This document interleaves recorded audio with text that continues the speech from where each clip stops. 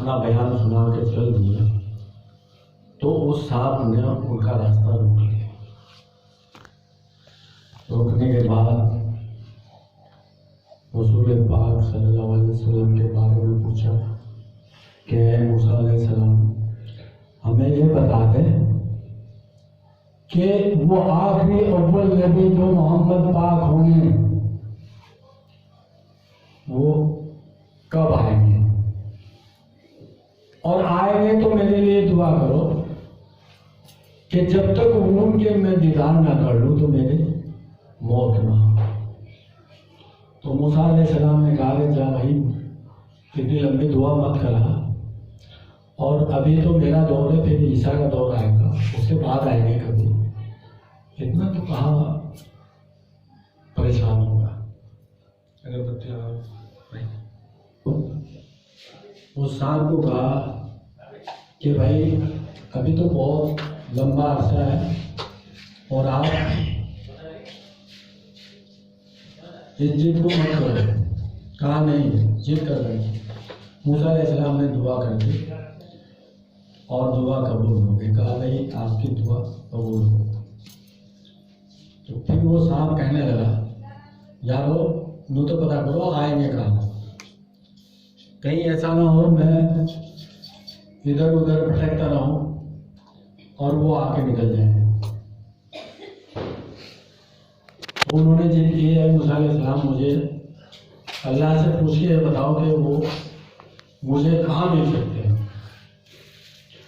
कहा देखा बात की अल्लाह से, कहा कह दो इसको गारे शोर में आएंगे,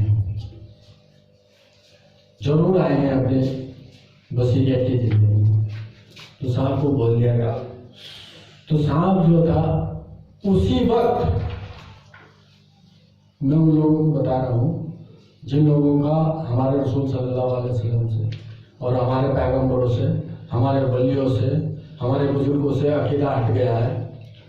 और ज़्यादा नहीं कहूँगा, किसी को गलत बोलने की क्या जरूरत है, जो जहाँ है अपने लिए सही है। तो अब वो सांप उसी वक्त उस गारे शोर की ओर चला गया और जा करके उसने उसमें बसेरा कर लिया।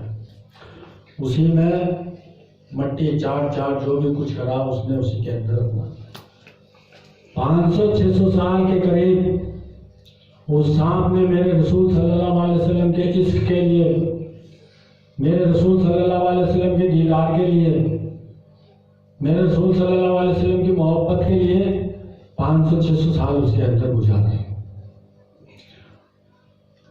अब ये मोहब्बत थी मेरे रसूल की। अब मेरी बात सुनो, ईसा अलैहिस्सलाम आए। ईसा अलैहिस्सलाम का जमाना मतलब बसीरियत का पूरा हुआ। उनकी नबूवत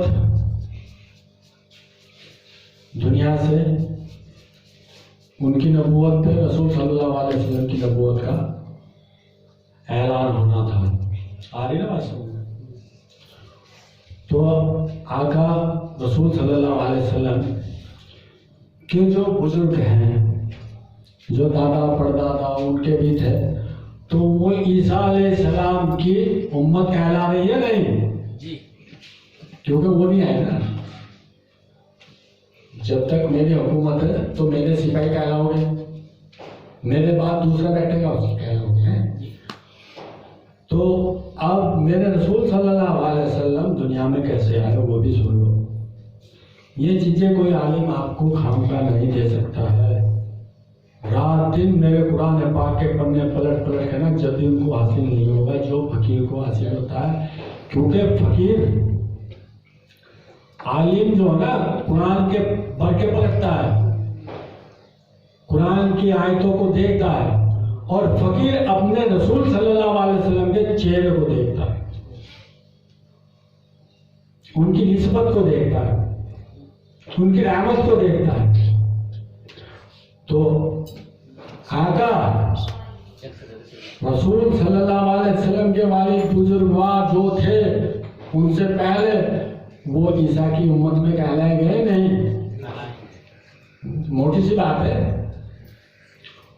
तो अब रसूल सल्लल्लाहु अलैहि वसल्लम के वालिद साहब का नाम अब्दुल्ला।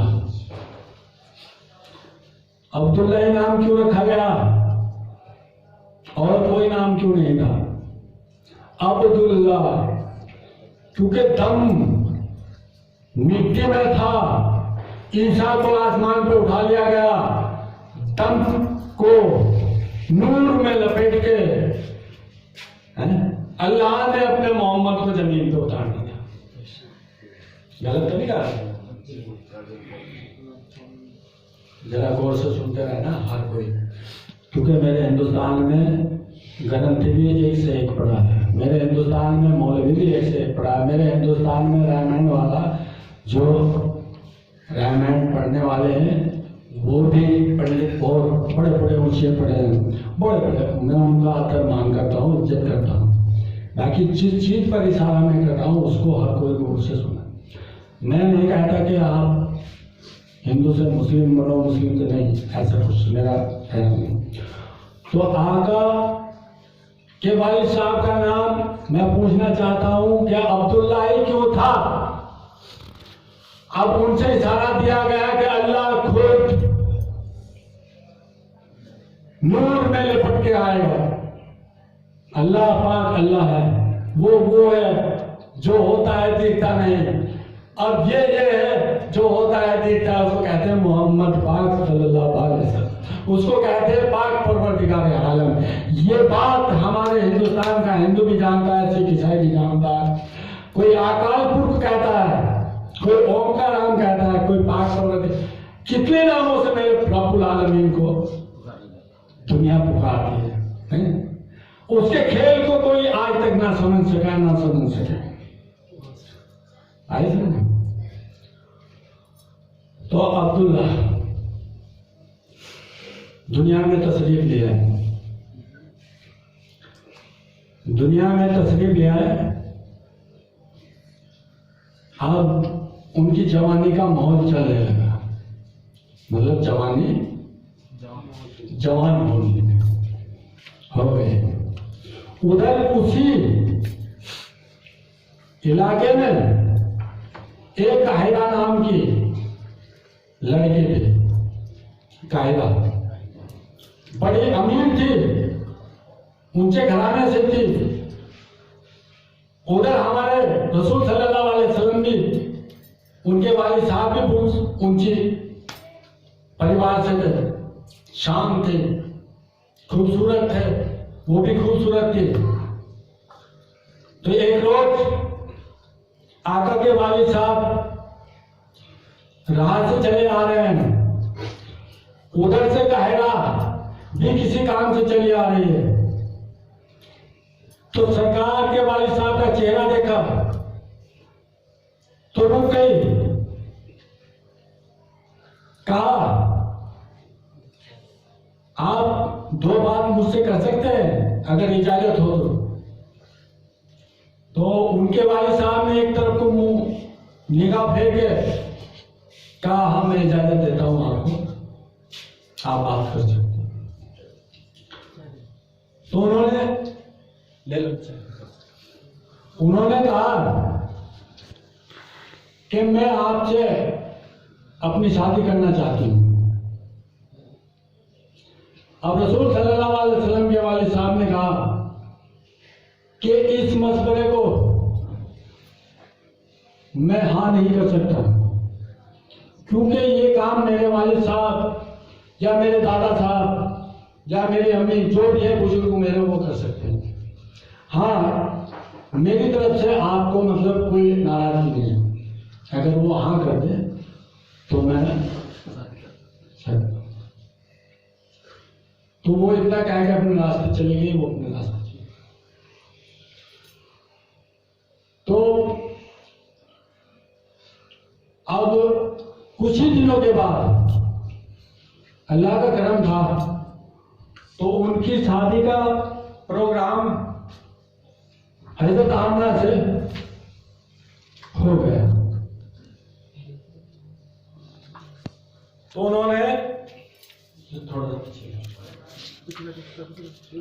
उन्होंने हजरत आमना के साथ उनकी शादी हो गई, वो रहने लगे, रहते रहे। तो कुछ दिनों के बाद फिर उनका ऐसे आमना सामना हुआ।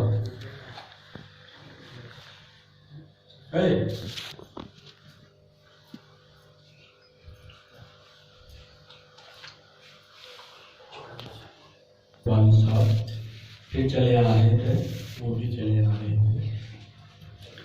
तो कायरा ने उनको कुछ नहीं कहा, बस बराबर को निकलने लगे। और वालिद साहब जो रसूल पाक के थे वो भी निकलने लगे। तो उन्होंने इजाज़त ली, कहा है कायरा आपकी इजाज़त हो तो 2 बात मैं कर सकता हूँ आपसे। कहा हाँ आप कर सकते हैं, कोई बात नहीं। कहा कि मैं माफी चाहता हूँ आपसे कि मेरी शादी आपसे नहीं हो सकी। कहा नहीं, इसमें कोई आपकी गलती नहीं, और मुबारक हो, मैं मुबारकबाद देती हूँ आपको, आपकी शादी आमना से हुई है और वो बड़ी किस्मत वाली है। अच्छा है, बहुत अच्छी बात है, और दुआ मैं ये करती हूँ कि आपकी जोड़ी सलामत है। अब वो चलने लगे। कहा कि आप अभी चलो ना, मेरे से भी तो 2 बात करो। कहा कि आपने मुझसे ये नहीं पूछा कि मैं आपसे शादी करना क्यों चाह रही थी। गौर से सुन रहे ना, फिर नगाना रसूलुल्लाह कैसे आए दुनिया में। कभी मैं कब्र के अंदर गुजर जाऊं या ना मिलूं, फिर कहोगे भाई किसी ने हमें यही नहीं बताया भाई रसूलुल्लाह कैसे आए दुनिया में, नूर कैसे फैलाया गया। तो मेरे आका रसूल सल्लल्लाहु अलैहि वसल्लम के वालिद बुजुर्गवार से कहा कायरा ने कि मुझसे ये तो पूछो कि मैं आपसे शादी करना क्यों चाह रहे थे। कहा हाँ बोलो, समझ रहे ना मैंने साहब। जी जी जी हाँ काम कर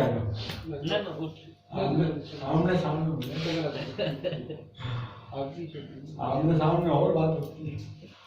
तो अब आका के वालिद साहब ने कहा कि आप बताओ। कहा कि अब्दुल्ला साहब, जो आपकी पेशानी में यह नूर नजर आ रहा है, तारा नजर आ रहा है, मैं इसकी बाजा बनना चाह रही थी, आपकी बीवी नहीं। मुझे शौक नहीं था। मेरे लिए बड़े बड़े राजा महाराजाओं के लड़कियों के रिश्ते आ रहे थे, आ रहे हैं, ऊंची ऊंची अमीरों के, मैं सबको ठुकरा रही थी, सिर्फ इंतजार में था मेरी बाधा बन जाऊं। वो उधर को चले गए, वो उधर को चले गए। आका के वालिद साहब अपनी जिंदगी बसर करने लगे। कुछ दिनों के बाद आका रसूल सल्लल्लाहु अलैहि वसल्लम आमना की कौम में तशरीफ ले आए। अब 4, 5, 6 महीने गुजरे तो वालिद साहब का साया उठा लिया अल्लाह पाक ने। मतलब दुनिया में पूरे अच्छी तरह कदम नहीं रखा, आया नहीं, वालिद साहब का साया उठा लिया। अब मास्टर जी मैं पूछना चाहूंगा कि वालिद साहब का साया इतना जल्दी क्यों उठाया? क्योंकि बड़े के ऊपर बड़ा नहीं होता, हुक्म सिर्फ उसके ऊपर अल्लाह का होता है। पाक परवरदिगार आलम ने अपने महबूब को हजरत आमना की कोख में परवरिश होने लगी। हजरत आमना को 9 महीने का ये नहीं पता चला कि कैसे 9 महीने होते हैं। आज की रात 11वीं शरीफ की रात,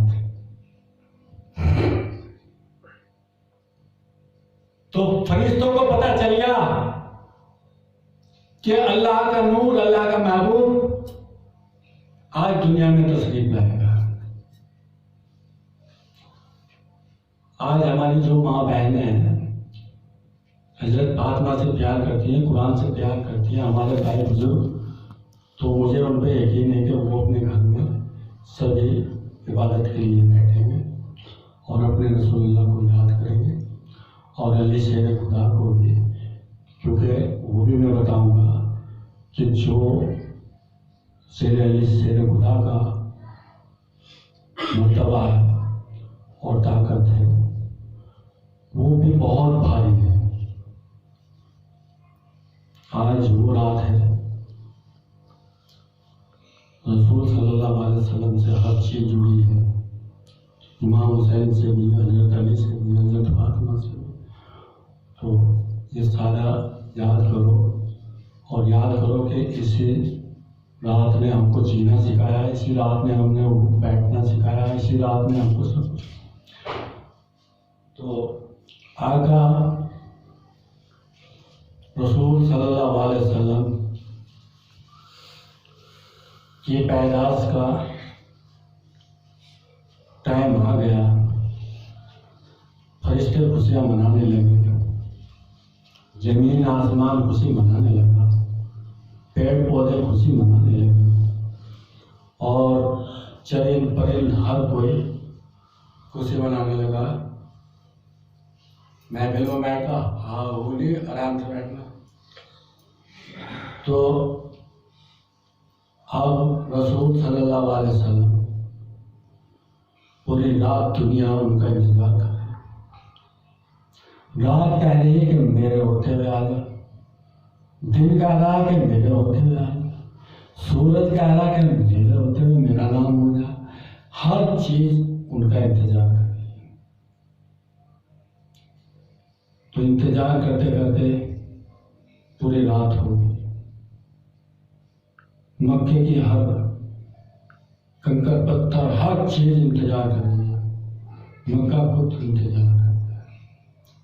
तो रसूल सल्लल्लाहु अलैहि वसल्लम आए तो उस वक्त आए जिस वक्त रात जा रही थी, अंधेरा जा रहा था, उजाला आ रहा था। क्योंकि मेरे रसूल अंधेरा नहीं था, उजाला था। तो उजाला लेकर दुनिया में तस्लीम लाए, फूल बरसने लगे, हर चीज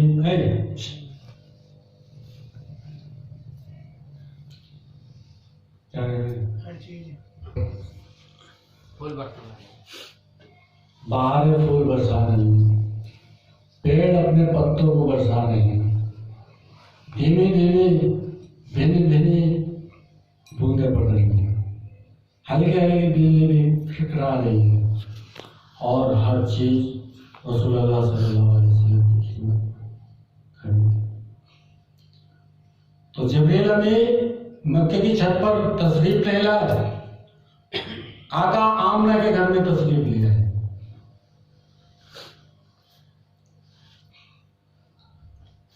अब आमना के घर में जितनी भी औरतें उस वक्त थी, जो भी थे, उन्होंने पूरे मक्के में हल्ला मचा दिया कि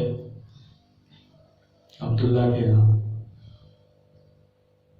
एक छोटा सा बेटा पैदा हुआ है, बहुत खूबसूरत चेहरा है, बहुत छोटे छोटे नन्हे नन्हे हाथ है, अजीबो गरीब उनकी राजा। तो ये बातें पूरे मक्के में फैली है। तो इतना उनकी वालदा का गुस्ल उनका गुस्ल किया गया। तो उनके दादा जान को, क्योंकि वालिद साहब का तो इंतकाल हो चुका है, उनके चचाओं को, उनके दादा जान को पता चला, तो दादा जान पे खुशियां समाईना नहीं, तो वो आमना की चौखट पर आकर खड़े हो गए। अंदर से आने वाली औरतों को, जाने वालों को कहेंगे एक बार मेरा पोता दिखा दो। तो आमना से उनके पोते को लेकर एक औरत आई, आकर के बड़े इत्मीनान के साथ, जिस वक्त दादा जान के सामने मेरे आका रसूल सल्लल्लाहु अलैहि वसल्लम का चेहरा आया, नन्ही सी मनमोहनी सी सूरत थी, खूबसूरत सा फूल था, तो आप उनके दादा जान को किसी ने नहीं कहा ना जिब्रील ने कहा ना किसी ने कहा, तो मुंह से ऑटोमेटिक निकल गया मैं तो इसका नाम मोहम्मद रखूंगा, मोहम्मद सल्लल्लाहु अलैहि वसल्लम। देखा, खुशी में निकलवाया। याद रखो, नशे में बंदा सच बोलता या खुशी में सच बोलता, तो अल्लाह ने बुलवा दिया तो आका का नाम मोहम्मद पाक सल्लल्लाहु अलैहि वसल्लम। मेरे हिंदू भाइयों, जितने भी मेरे पास आए हो और जो भी और कोई सुन रहे हैं, तो मैं इसलिए सुना रहा हूँ कि तुम्हें पता चले कि किस तरीके से ये ईमान चल रहा है। और मैं एक बात और बताना चाहूँगा कि जैसे मोटर गाड़ी, जहाज, तेल और पानी के बगैर नहीं चलती ना, तो ऐसे ही कोई भी धर्म बगैर ईमान के नहीं चलता दुनिया के अंदर।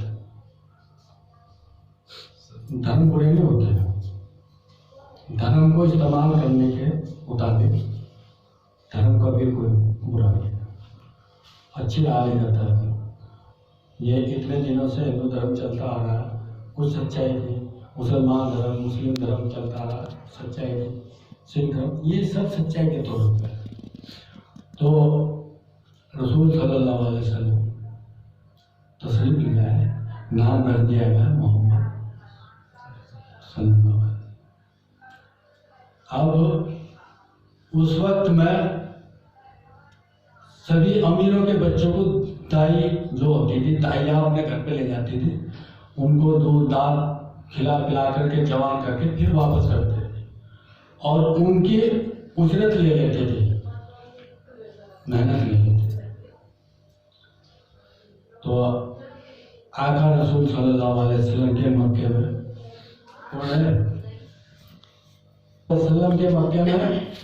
वो वक्त आ गया जिस वक्त बच्चों को लेने के लिए दाई आने आई।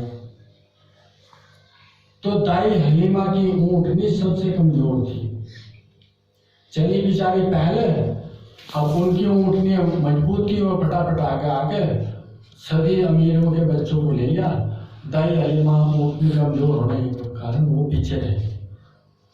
तो मक्के में कोई भी बच्चा नहीं बचा, सब उन्होंने उठा लिया। तो रसूल सल्लल्लाहु अलैहि वसल्लम के घर पर दाई हलीमा घूम फिर कर, तो उनकी माँ ने, उनके दादा ने कहा, भाई बच्चा तो है, बाकी हमारे पास देने के लिए कुछ नहीं, जो हमसे जुड़ेगा वो। और वो उस बात को सुन के अपने बेटे के पास पहुंचे, वो उठने के पास। तो वहां जाके उन्होंने अपने बेटे से जिक्र किया, भाई बच्चा तो है, बहुत खूबसूरत है, खिलौना है, घर के अंदर चांद निकल जाएगा, बाकी कमी है कि वो माँ से कुछ नहीं देंगे, पैर पर तो कुछ नहीं देंगे। तो आका दाई हलीमा ने कहा, तो बेटा कहने लगा, अम्मा खाली जाने से तो अच्छा है, और भी किसी ने खिलौना मिल जाएगा, उसके सहारे हमारा टाइम पास हो जाएगा। तो वो चले, ले आओ तो दाई हलीमा गई और उनसे मोहम्मद पाक सल्लल्लाहु अलैहि वसल्लम को ले। तो जिस वक्त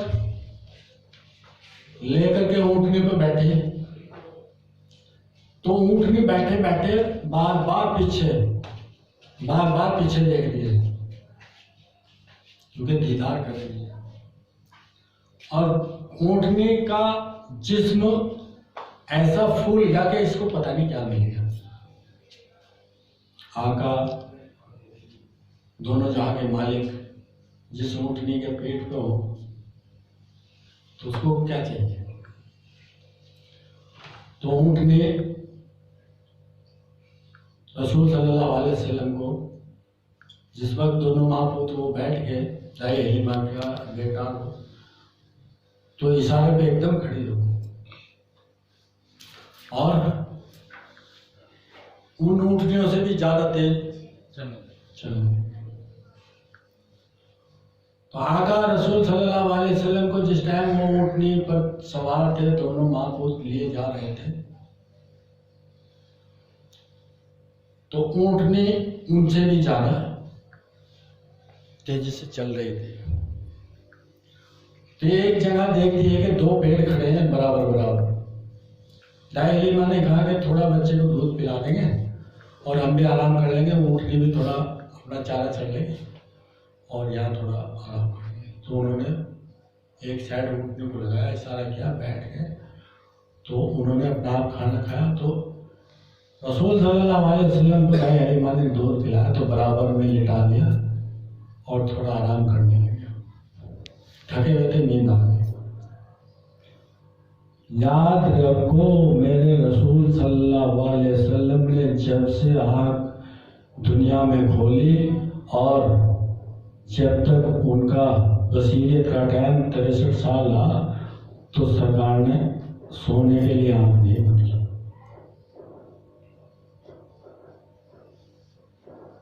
किसी काम के जरिए किसी उसके भले पलक झपका तो आका सो नहीं रहे थे आमना के हजरत दाई हलीमा की गोद में, खेल रहे थे। किससे? अपने अल्लाह से, फरिश्तों से। दाई हलीमा सो रही है, उनका बेटा भी सो रहा है, ऊँटनी इधर उधर चल रही है। तो आका देखते हैं कि एक पेड़ हंस रहा है, एक रो रहा है।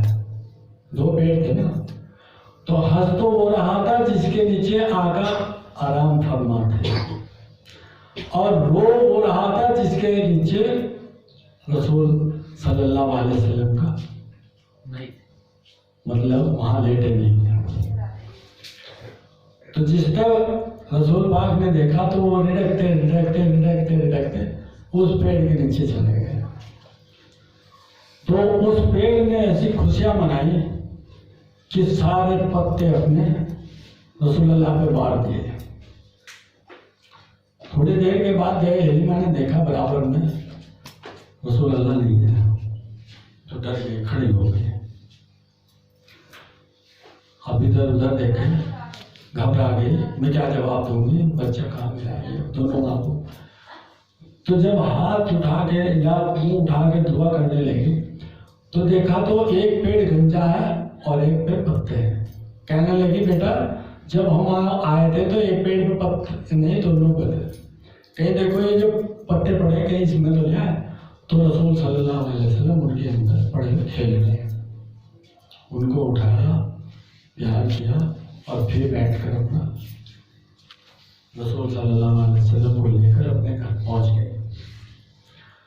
आका का नूर इतना था कि आमना को, वो दाई हलीमा को रोशनी के लिए कोई तेल मोमबत्ती की जरूरत ना पड़ी,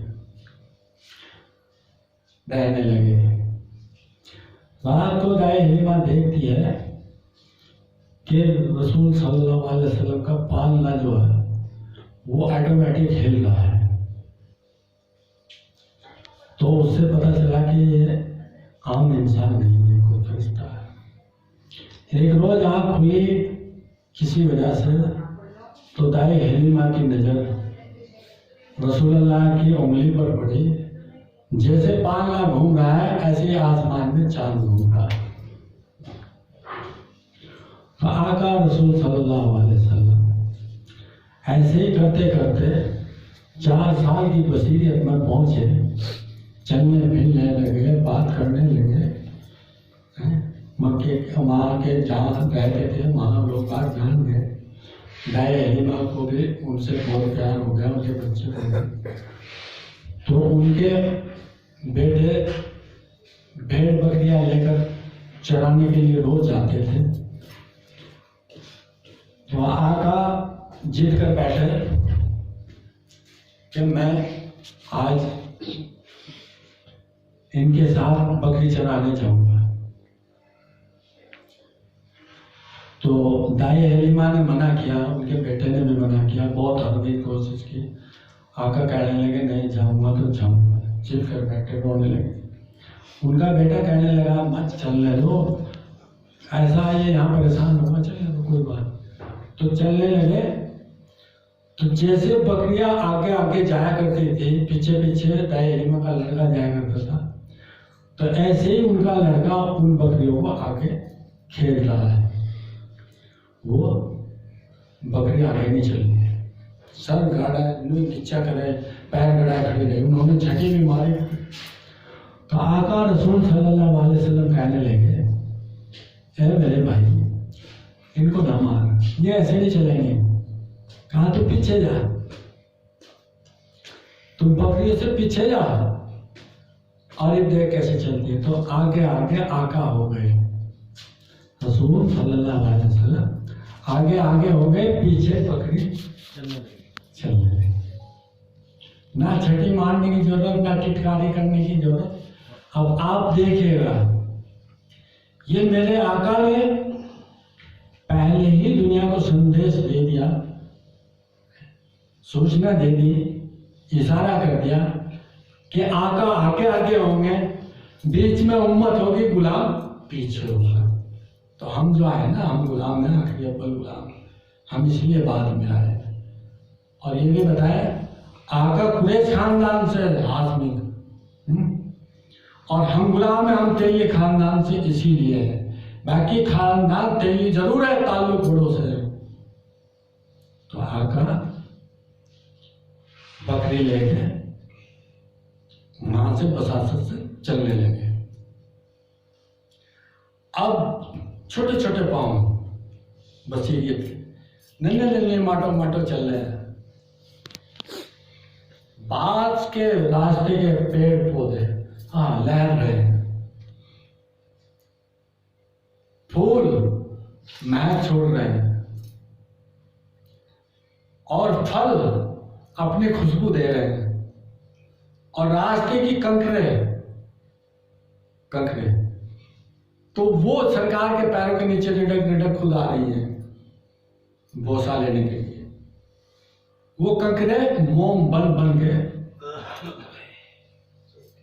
ऐसे आका वहां पर पहुंच गए जहां बकरी चलाने का वो था स्थान। वहां जाके कहा कि जाओ बकरियों, अपना अपना भोजन, अपना अपना खाना खा के। वो गई, खा के आ गई, फिर चल गए, फिर गए। ऐसे ही काफी दिन हो गया कि एक रोज रसूल सल्लल्लाहु अलैहि वसल्लम का मिजाज थोड़ा गर्म हुआ, मतलब नुकसान हो गया, तबीयत खराब हो गई। तो दाई हलीमा ने हाथ पकड़ के देखा तो तबीयत ठीक नहीं है। कहा बेटे आप जंगल नहीं जाओगे, आपकी तबीयत ठीक नहीं, मैं जाऊँगा भैया के साथ, अकेला नहीं। जीत किए, बाकी जाने नहीं, चले गए। वहाँ के सभी जानवरों ने एक मामूल बना लिया था, एक वसूल बना लिया था कि जब तक आका तशरीफ नहीं लाएंगे, जब तक हम लोग खाना नहीं खाएंगे, मतलब अपना चारा नहीं खाएंगे, चाहे वो शेर हुआ चाहे चूहा हुआ। तो आकाए नामदार रसूल सल्लल्लाहु अलैहि वसल्लम को 3 दिन हो गए जंगल में नहीं गए। हर जानवर इंतजार करता और मायूस हो जाता। जब तीसरा रोज हो गया तो उन्होंने मीटिंग की कि भाई आका को बुलाने के लिए हमारे पास एक रास्ता है कि आका की सबसे बड़ी सीनियर बकरी उठा लो, और हो सकता है उसे छुड़ाने के लिए रसूल सल्लल्लाहु अलैहि वसल्लम आए और दीदार होने। आका के दीदार के लिए उन्होंने सबसे सीनियर बकरी भेड़ शेर ने उठा ली। तो उनका जो भाई था, दाई हलीमा का लड़का, मतलब भाई ही लगा जब, तो वो चिल्लाता और उठ के उठाता और सारे देवर को ला के, अम्मा सबसे सीनियर बकरी हमारे उठा ली। तो उन्होंने कहा, माँ बेटे ने कहा चलो देखें। तो आका ने रास्ता रोक लिया, कहा अम्मा मैं भी जाऊँगा। कहा नहीं बेटे, वो खूंखार जानवर है, वो बकरी उठा लिए, तुझे नहीं छोड़ेगा। कहा नहीं मैं जाऊँगा, जिद कर। अब आका रसूल सल्लल्लाहु अलैहि वसल्लम ने वहां जाके आवाज दी कि जंगल के सभी जानवर मेरे सामने पेश हो जाओ। आए अब वो तो खुद ही बेचते, चुपके चुपके दीदार कर रहे थे, मुस्कुरा रहे थे कि आ गए आका, आ गए आका, आ गए आका।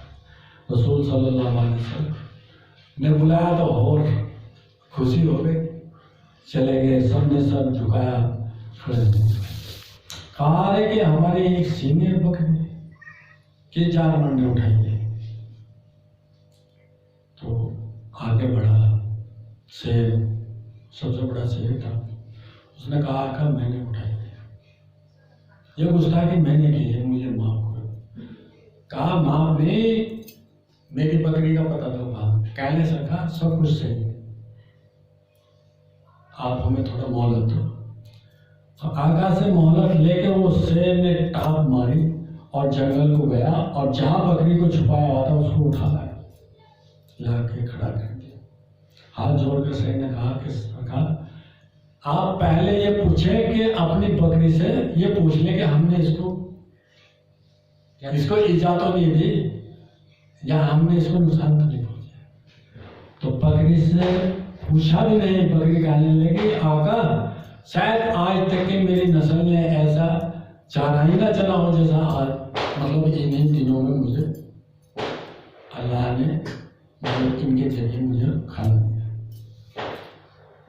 और आका हमने सिर्फ आपकी बकरी को उठाने का प्लान इसलिए बनाया था कि 3 दिन हो गए थे आपको देखे बगैर, तरस गई थी आंखें, भूखे प्यासे रहते थे, हम खाना नहीं खाते थे। मेरे आका हमने इसलिए आप आ जाओ, आप आ गए, बस हमको क्या था। आका ने दुआ की है, जितनी सी नसीब 4 साल की नसीब दुआ की है, अल्लाह पाक इनको हमेशा मेरे इश्क में ऐसे ही रखना।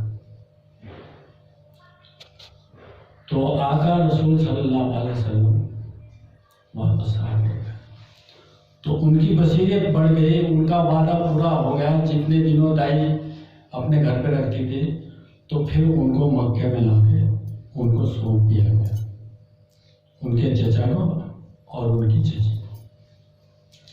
तो सौंपने के बाद आका की वहां पे परवरिश होने लगी। टाइम क्या है? 10 बजे।